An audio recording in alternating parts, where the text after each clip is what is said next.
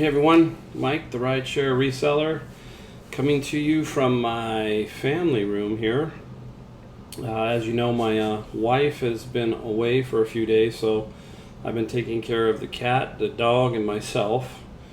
And number one priority was to make sure that those two animals were taken care of and that the house was clean when she got home. And I have done pretty good. I still got my books and the albums back there, but that'll be okay. But there's no sign that I bought anything. None. No sign. I packed it away really nice, and so it doesn't look any different than when she left. And that's a good thing. That keeps my wife happy. So anyhow, I thought I would talk to everyone about margins. Margins. I don't know where everybody else is, but I was looking at mine just to see, what I was doing in the last 60 days. And I have 239 sales, and I'm averaging $60 per sale. So $60 per sale. I think that's pretty good. And I was looking back to see why. And number one, I think you guys see that I do get quite a few, pretty good expensive items. But also, I maintain those margins. I just don't let them go. I don't let them lowball me on offers. It's frustrating. I've gotten to a point where I don't know if I want to set the best offer higher. I've turned it off. But then occasionally I get irritated when so many people are totally lowballing you. And you have to either decline it or throw back the higher offer. And what they're doing is it's pretty obvious, some of them, especially if you look at their feedback. If they've got 3,000 items, they're just another reseller trying to snipe that item for lower, and they're going to get it and they're going to resell it. That's pretty simple. I mean, generally that's the way I feel. You get a guy with 3,000 items. He's not a guy with 50. So he's going to throw the lowball offer and see what happens, and they don't care. They just throw it out there. So waste your time. And so I just either throw back an offer, or if it's really ridiculous, I just hit the decline button. But I don't just look at the comps and put the lowest price. I will look at the comps a little differently, or like everybody else should. I look for the lowest, and then I look to see where everybody else is in the middle, and I look to see the sold comps, how many are selling in the last, let's say, 30 days. If there's some movement there, and some guy's in there at 89, and everybody else is like at 129, there's no reason to go 88. Put your item up a little bit higher, and especially if you only paid $10, $15 for some crazy thing like I'm going to show you tonight that I paid for a DVD VCR. Just be patient and let them come to you. Don't try to come to them so much. And that way you'll find that you'll get your margins will start to increase as you start to let these lowball guys, because that item's going to disappear. Somebody's going to buy that. And, he's being foolish for dropping it that low. There might be a reason. You got to really look at the listing also. Is it dented? Is it missing the remote? Do you have everything? All of that plays a factor. And so I really don't try to just dump it, unless it's very competitive. And then I'm going to stick pretty close to the lower side of it. It's the same thing with Amazon Books. What we do at Amazon Books is, especially with Scout IQ, is if you've got a book with a high E-score, which is 151, which means it sells crazy, several books a day, there's no reason for you to be the lowest price on that book. Let's say you're selling the lowest price on that book is $10. Well, that's going to go. It's going to be gone. But so are the 1050s, the 1075s. That kind of thing is going to happen. So you set your price a little bit higher. So let's put it in perspective, right? If you're selling a $10 book and you can get away with selling it for $11, that's a 10% increase, right? It's only $1, but it is a 10% increase. So it's the same thing on the items that you're selling on eBay. You have to think the same way. You have to force yourself to learn to do that sometimes. So that's why I think I have, you know, a pretty good high, a pretty high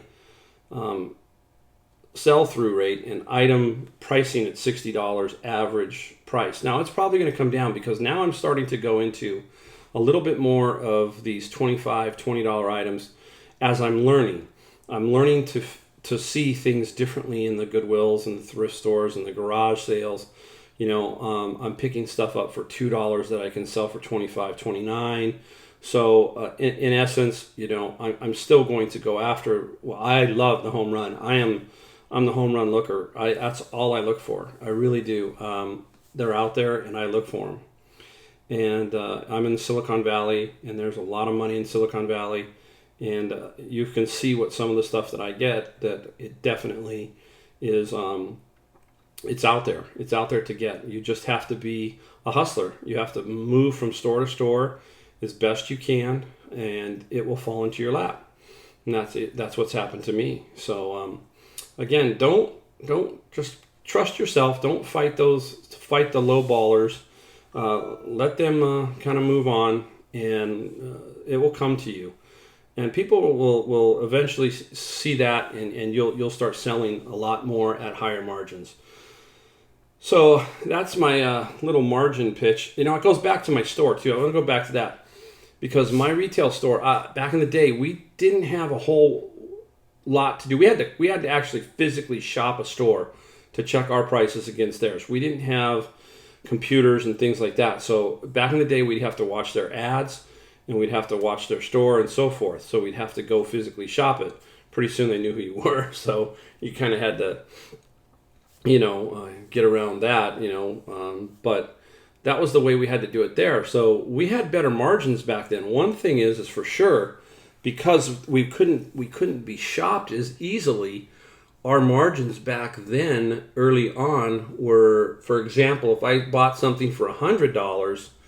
Early on, I could sell it for about $210. So, you know, I would get a full Keystone, what they call a full mark, plus the shipping, which was about 10%.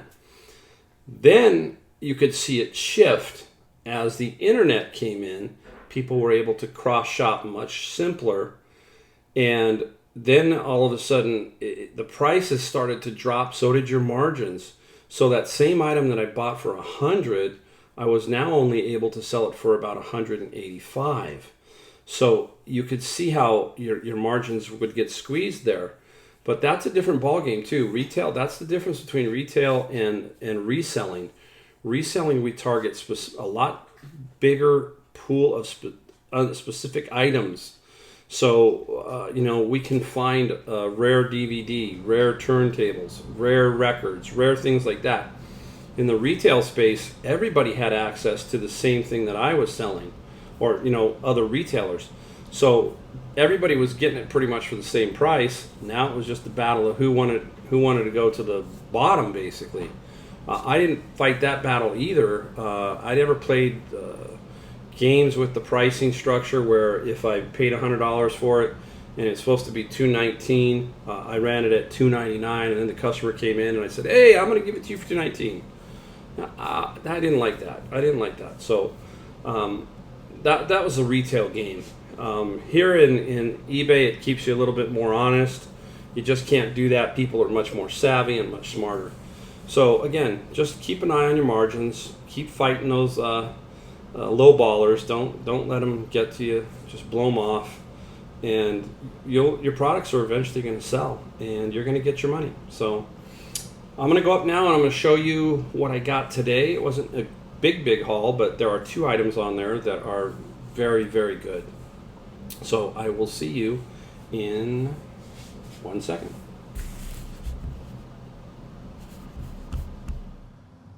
All right, guys, here we go. I did manage to clean my house. Everything is definitely tucked away. It's like I never bought anything. I guess got to find room for these items that I bought today. So today was a pretty steady day. So anyhow, pretty steady. I got 2 really terrific items that I will go over with. But this is the items from today. And I'll do the 2 most expensive last. Right off the bat, I picked up this little Adidas. Let's take a look. Adidas track jacket. It's a track jacket. It says Filipinas on the back. This will sell really well. I have had hats that look like this, and they sell, for good money. I paid $7, $6.97 at Goodwill.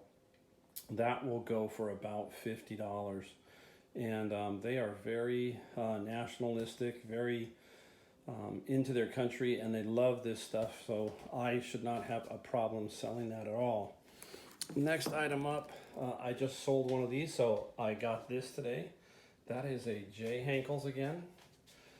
Knife block. I paid $3 with my 20% off, and that will sell for $39 free ship. So it's gonna cost me about $15 to ship. 18. I'm gonna make about 17, 18 bucks, but they sell quickly, so that'll be a pretty quick flip. All right, 2 items from my little treasure trove place. A $2. This is pretty much brand new Swiss Gear backpack. I mean, it's $2. I had just walked in the store. Someone had just donated it, and this is what I mean. These guys are quick. They want to really move this product. They don't want it to sit around.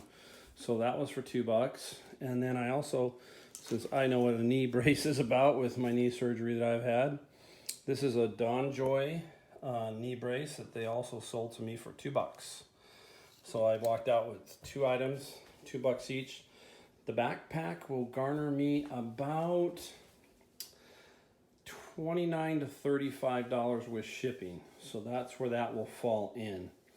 The brace will get me $40 to $50 in that range. So turning $2 into, let's say 80, somewhere around $75, $70 plus $4 into that, pretty darn good. All right, this morning, what happened this morning was I was Ubering again and lifting, and I never get back to the Savers.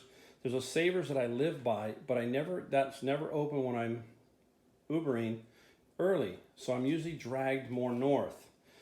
But this morning I got dragged right back to literally across the street from the Savers that I always hit in the afternoon. And sometimes that Savers is just like picked over. They're not putting anything out anymore.